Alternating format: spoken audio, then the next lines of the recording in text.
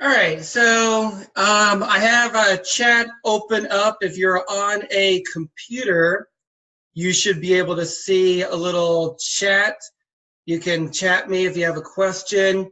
This webinar is going to be recorded, and we have a PowerPoint presentation. So if you are on a telephone and you want to see some of the PowerPoint presentations, you can go ahead and watch it later on. We'll post it on YouTube probably tomorrow, and we'll send out an email link so you can see it on YouTube. So it should be recording. Let me see. All right. Yep. So it is being recorded right now. So again, this is we used to do in-person coaches meetings. We decided to try and do a webinar. I'm still kind of new at Zoom using it, so hopefully it's working okay. Let me know if it is not. If you can't hear me, you can text me if you have any questions. I got my phone here. I got my phone, so you can text me if you have my cell number, if you do have any questions as well, or you can chat it in. All right, so just want to again introduce everybody. My name is Barry Switzer. I'm the one sending out all the emails. Hopefully you can see me here. If you got your video screen on, you can see that. Hopefully you can see the screen as well.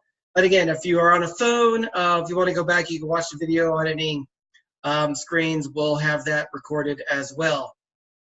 But again, thank you all we got a lot of returning coaches, and we do have some new coaches. I want to kind of discuss what our philosophy is, why we do what we do, and kind of what works, what doesn't work, and what to expect on opening day, which will be here not this weekend, but next weekend. So again, about half the kids stop playing sports by age 12. So why is that? Why do they stop playing? Well, they get lack of playing time. The coach is too serious. There's too much competition and pressure. They don't feel like they are good enough to play sports anymore. They're participating in too many other activities, and it is not fun anymore. And, we definitely believe here at I9 Sports that kids need to play youth sports.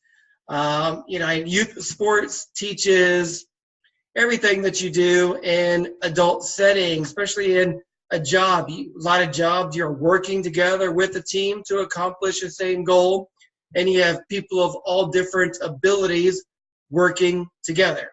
And that's what basically sports is. So we feel it's important that kids keep participating in youth sports. In school, they're cutting a lot of, PE time, so they're not getting that sports atmosphere. So we want them to keep playing in youth sports, whether it's our program or any program. I mean, of course, we want to participate in ours, but, we want kids to be able to participate in youth sports. And how are we changing that? I9 Sports started in Tampa, and this season we had over 1 million registrations in all of our leagues. We have about 130 I9 Sport leagues around the country, from New York to Hawaii and everywhere in between. And we have over 1 million kids participating now that have participated in our program. Our mission is we want kids to succeed in life through sports, and our goal is to put the fun back into youth sports. So that is our main. How are we different? We definitely want to focus on fun, age-appropriate instruction. We'll talk about that in a minute. Good sportsmanship, healthy competition, inclusivity, and safety. Safety is a big deal we'll talk about as well. So for kids, we want to provide a fun, safe experience where the kids learn athletic skills, good sportsmanship, and increase their self-esteem. And for the parents, we want to provide a convenient program that does not consume the family's life. We have lots of kids or parents that have multiple kids. So we have parents that have 3 or 4 kids, and they understand that they can play in our program. It's just 1 day a week commitment. They have a practice, and they play a game. We have lots of parents that would not be able to travel during the week with the 3 or 4 kids to different practices all over to different locations. We have lots of parents that have kids doing other activities. So they may be in band, they may be doing other sports, and they understand that when they're in our program, it's just that 1 day a week commitment, practice, and play a game right afterwards. We will have some coaches that do optional practices during the week. So a lot of times, especially in the older division, if a coach is looking for maybe an extra practice during the week, we do allow that. Some parents are all gung-ho. You may have a team that really wants that. They only have one child. They don't have anything going on during the week. They can do that. Other coaches have a team that they're all busy and they can't do that. So if that's something that you want to do, like I said, especially in the senior and elite division, sometimes parents are looking for that. You can check with the team to see if they want to do that. And that is an option. Again, of course, the kids can't be punished if they can't make it. But again, that is an option as well. You as a coach play an important role. So we try to provide age-appropriate instruction. And that will be in the weekly practice plans that will be emailed out to you. Again, you are the leader, so the kids are looking at you for demonstrating good sportsmanship out there when things don't go well. It's not going to be, things are never perfect out there. So if something doesn't go well, they're going to look at you and how you handle that. And the parents are looking at you as well on how you handle that. If you handle it correctly, they will be more likely to handle that correctly. Be enthusiastic out there. Any little small thing that the child does, make a big deal out of it. So a lot of times you don't think it's a big deal. If you make it a big deal, those kids really get a smile on that. You're the teacher out there, so make sure you have a plan. Be organized on, have a plan on what you're doing for that day. When in doubt, sit them out. Concussion, we'll talk about that. Have patience out there with the kids. Sometimes it's easy to get frustrated with a child if they're not paying attention or anything. But remember, there are kids still. Even the older ones are still out there kids. So remember that all the time.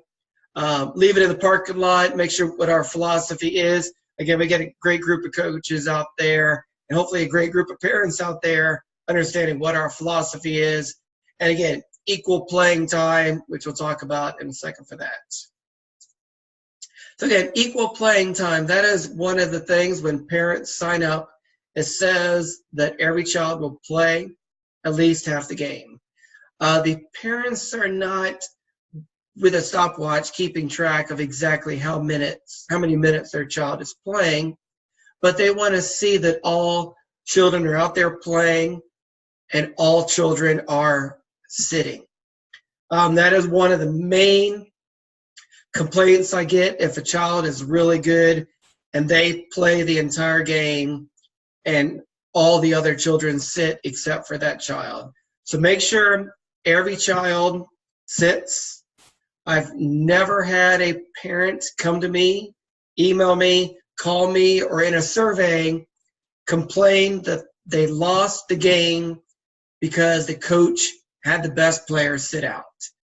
Sometimes you may have a child that's very athletic and you could pretty much give him the ball and most of the time he's going to score a touchdown. Or most of the time if he's on defense, the kids are not going to get past him. He's going to pull their flags. But again, you need to make sure that child is sitting. That's what the parents are looking for, everybody playing and everybody sitting. And rotating different positions as well. Now, not every child needs to play every position. A quarterback especially, not every child is going to be good at quarterback. So make sure they are, have somebody that is going to be successful in that position. But you can have them play, all the other positions. We can have everybody run the ball. We can have everybody be out there on the receiver, rushing the quarterback. The center is another position. Not everybody can be a good center. So finding a good center and a good quarterback or a couple good centers and quarterbacks are good. And then kind of all the other positions you can rotate out there. Sportsmanship values. That's, again, we talk about every week we do that sportsmanship value, sportsmanship. And so every week you will be emailed a weekly sportsmanship value of the week. That will be emailed to you in our weekly practice plan. So you will make sure you read over that. And every week you will pick up a sportsmanship medal at our tent. So when you first get there, head to our tent, grab that sportsmanship medal, and we'll direct you where practice is. And you want to talk to the kids at practice about what that word of the week is. So listening, taking turns, communicating. So we have different values. So talk to the kids about that medal, what the word is. After the game, you will present one child a medal on what that word of the week is. You can double up to make sure every child gets the medal. And you want to keep track of who you've given it to, because you as a coach will log in, and on the website, you will be able to post who that sportsmanship winner is, and a picture of the medal will appear once that child gets that medal. So the parents will look on the website when they log in, and they'll see a picture of the medal, so they got them, and that will stay throughout the rest of the season. So again, keep track of who's gotten it, give it out, make a big deal about it, double up if necessary, and give out those medals each week, and then post online who received that medal. So again, you'll pick up that at the tent from us, and that will be emailed to you in our weekly practice plan. The parents sign up for the parental pledge. Hopefully the parents understand what our league is about. We do have a lot of returning players, and a lot of them found out about us by word of mouth, so they understand what we are. We have lots of parents that do have kids doing more competitive things.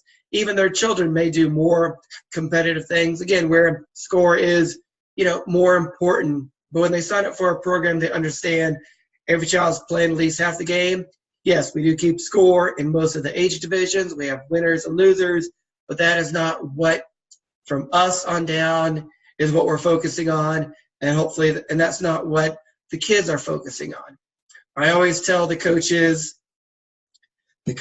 and parents want to win more than the kids do.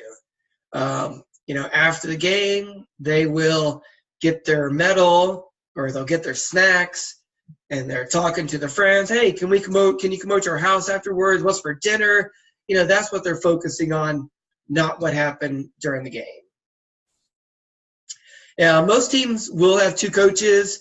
If your team does only have one coach, work out on getting an assistant coach. Tell the parents you're looking for an assistant coach. We do stats. That will be emailed, or that'll be in your coach's bag on opening day. So you want to get a parent to do some stats for that, except for in the youngest division, we don't do stats, but the other divisions we do. And it's pretty straightforward. Have a parent keep track of touchdowns, receptions, things like that. The team mom, you won't have to have a team mom really, because the parents will sign up for snacks on the website, but you can get a mom to help organize that, make sure somebody has signed up for snacks on the website. Because when the parents look at the roster or the schedule, they will see that they'll say snack sign up, and they will click on that, and their name will appear, so they are in charge of snacks for that week. And everybody will see that they are in charge of snacks for that week. So that is all done on the website. We try and make it as easy for you as coaches as possible, so you don't have to worry about coming up with a team snack schedule or anything like that. So when you volunteer, most of you all have filled out the volunteer application. If you have not, I emailed you how to do that.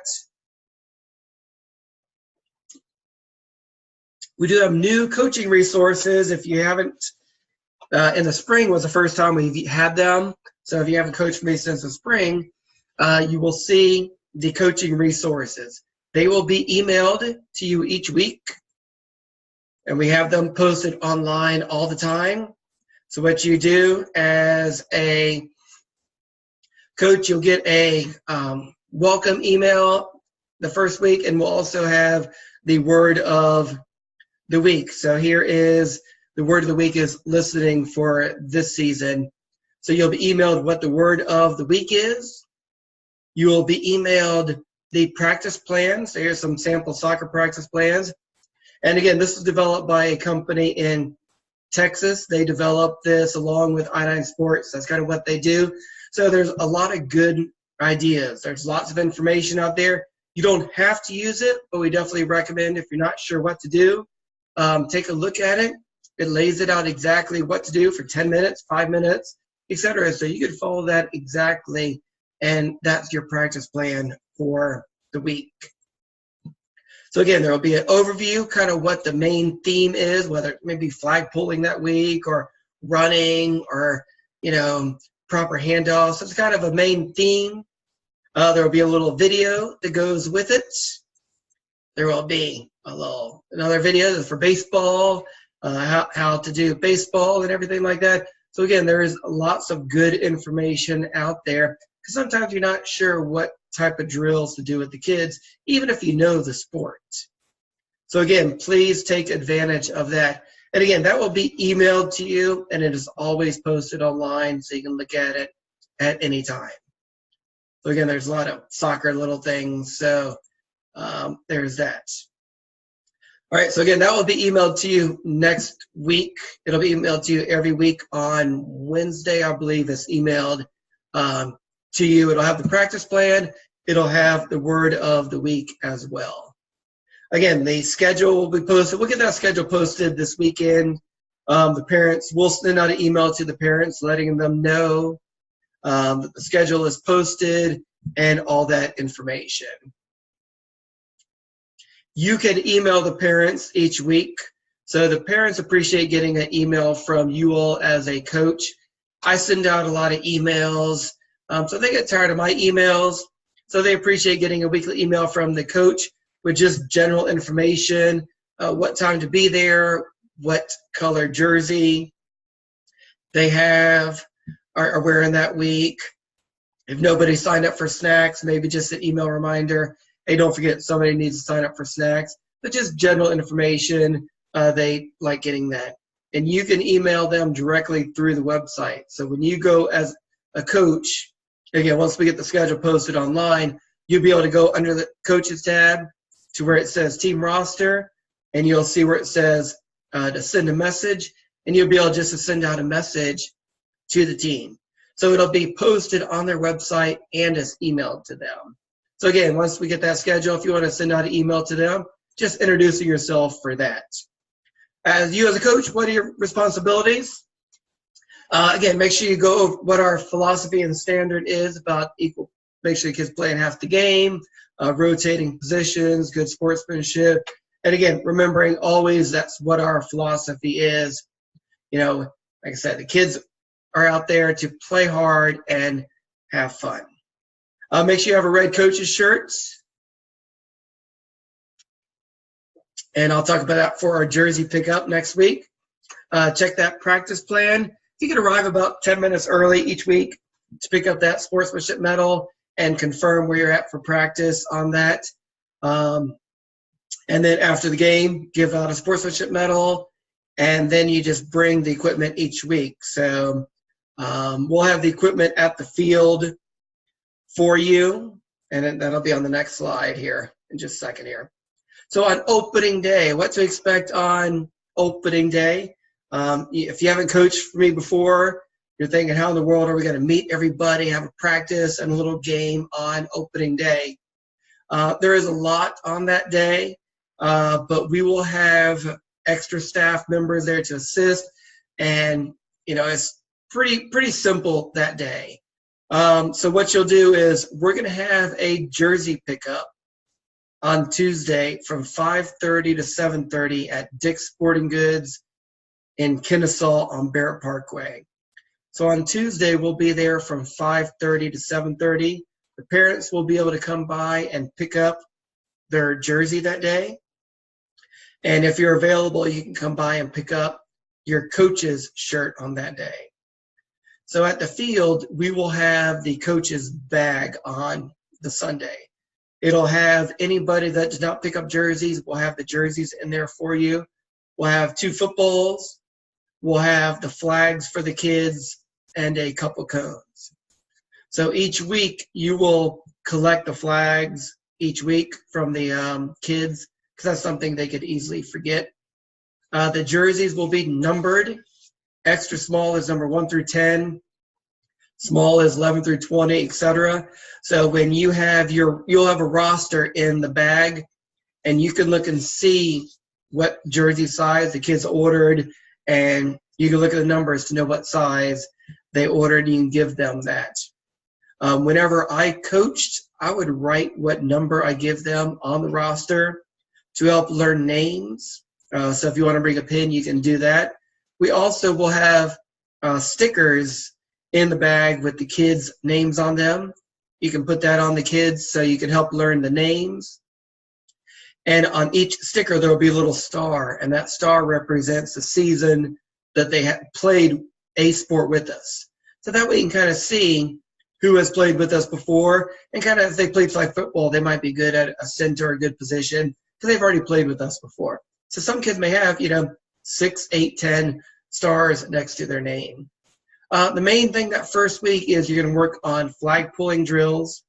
You're going to try and find somebody who could be a center, somebody that can be the quarterback, and then set up the defensive formations, where you want the rusher from, if you're going to have a rusher and things like that, and kind of just basic things. We'll be off the following Sunday, so we have a game on the 16th. We'll be off on the 23rd, and we do have a game on the 30th. So they're going to be 2 weeks in between, so you don't have to be overly complicated that first week. Just very, very basic.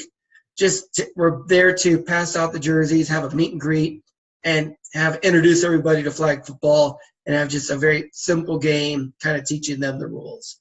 So again, that first week, it's not overly complicated. You don't need to come up with all these fancy plays on that first week. We will direct you to where you practice. Only if you play the first games do you practice on the field you're playing on. All the other times you practice away off the field, and then you'll move to the game field. So when you get there that first week, we'll direct you to where you're practicing. And so every week, just grab that medal, and then so you can confirm exactly where you're going to practice at, so the parents will know where to go to. So again, key recommendations, keep it simple that first week. Use our tools, and you'll be able to, and make sure you communicate with the team. So again, that first week when you get there, we'll have the bag at the field. It'll have flags for you. It'll have a couple footballs. And again, we'll direct you to where you're practicing at. And also, the bag will have 2 sets of flags for the older kids.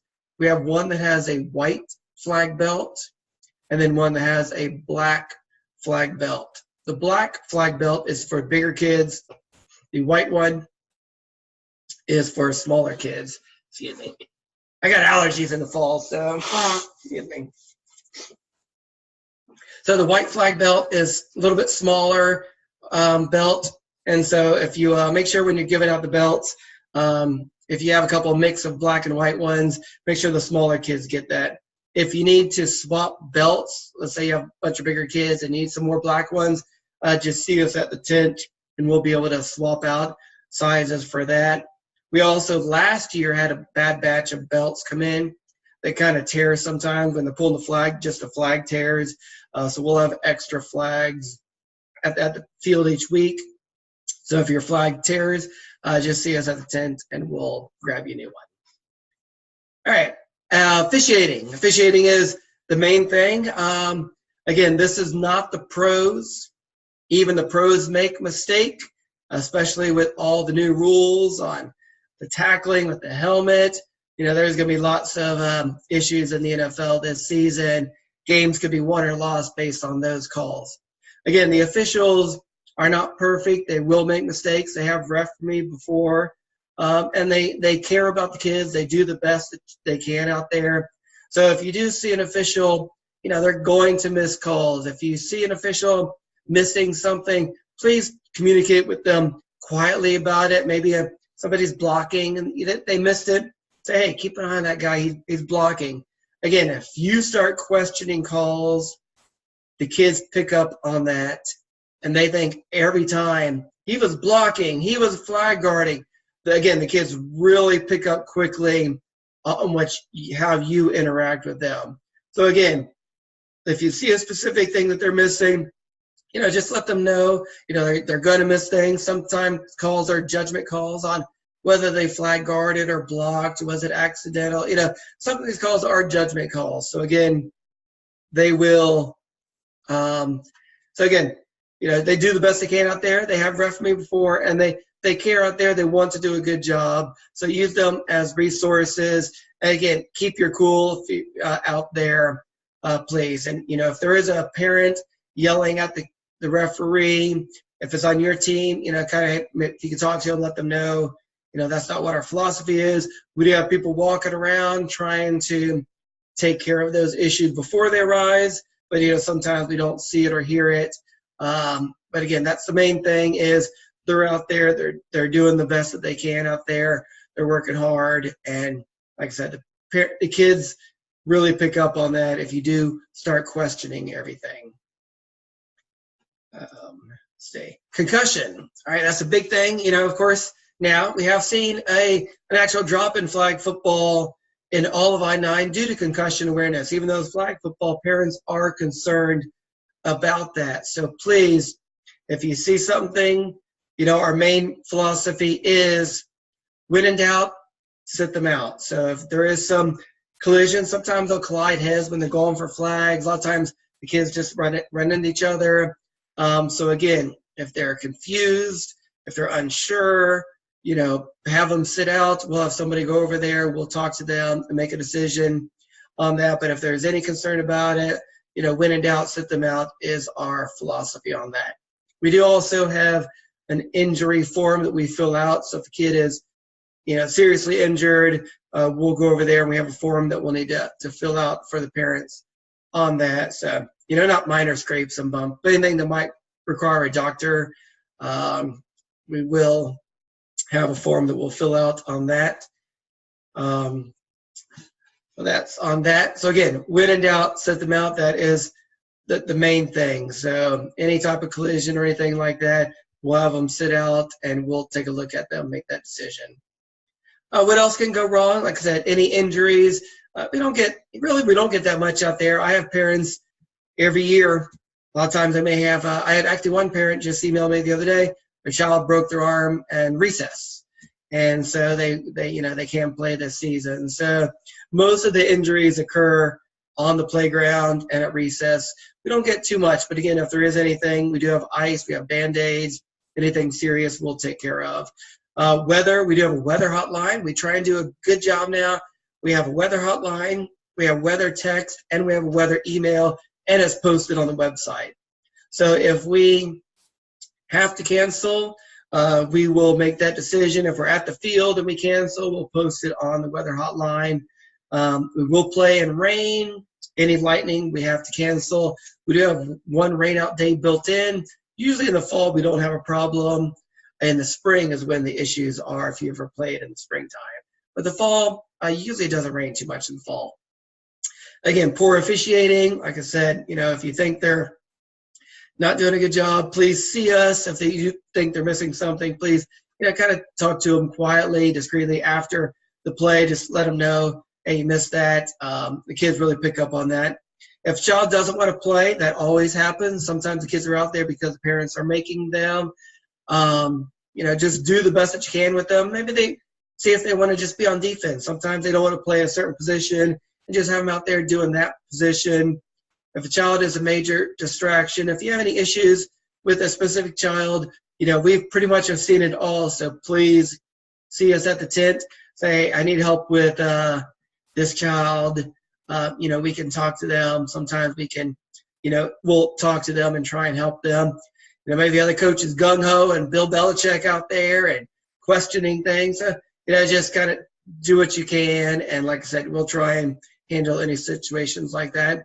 Unbalanced teams, we do the best that we can on trying to balance them out based on age, height, weight, and experience. But sometimes one team has two kids that are just real fast and they're just better.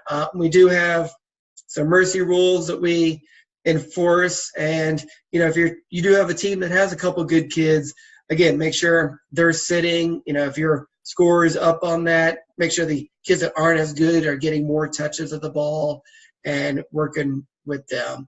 We don't want to have we want really games to go down to the very end, last play of the game, making the decision on winning or losing the game. So that's what we try to do. Again, it doesn't always work out that way, but we're really working on trying to balance out those teams.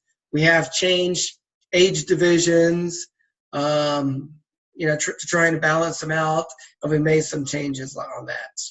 And again, on those practice plans, I didn't mention there are age-specific practice plans. So we really are working on age-specific programming. We made some changes on that. If you're in the senior and elite division, we'll email you. We have some different rules where the quarterback can now run once every 4 downs. And the rules are posted online now. So we try to make some changes as the child's progress. As they get older, we want them to do different things as they were when they were 5 years old. There's a big difference between a 5-year-old playing flag football and a 12-year-old playing flag football. So we try to adopt those rules and those practice plans to go with that. And again, so make sure you email the parents each week. Make sure you pick up that medal. Next Tuesday from 5:30 to 7:30, we'll be at Dick's Sporting Goods in Kennesaw. I'll email the parents letting them know they can pick up the jersey. If you can come by then, you can pick up your child's jersey and your child's shirt. You won't pick up the jerseys for the entire team because some kids want specific numbers and they may need to swap sizes. So you'll just pick up your child's jersey if you can make it and your coach's shirt. And then we'll have the coach's bag at the field on Sunday. And again, there's a weather hotline. There is my email. There is my phone number. If you have any questions, you can chat it in. You can email me. You can call me. Or you can unmute yourself if you have a specific question right now. Again, if not, this is recorded. If you need to look at any slides or go over anything, we'll send out the email link. We'll post it on YouTube. And if nobody has any questions, we will be finished. And again, thank you for joining this. And we're looking forward to a great season. All right. Thank you. Bye.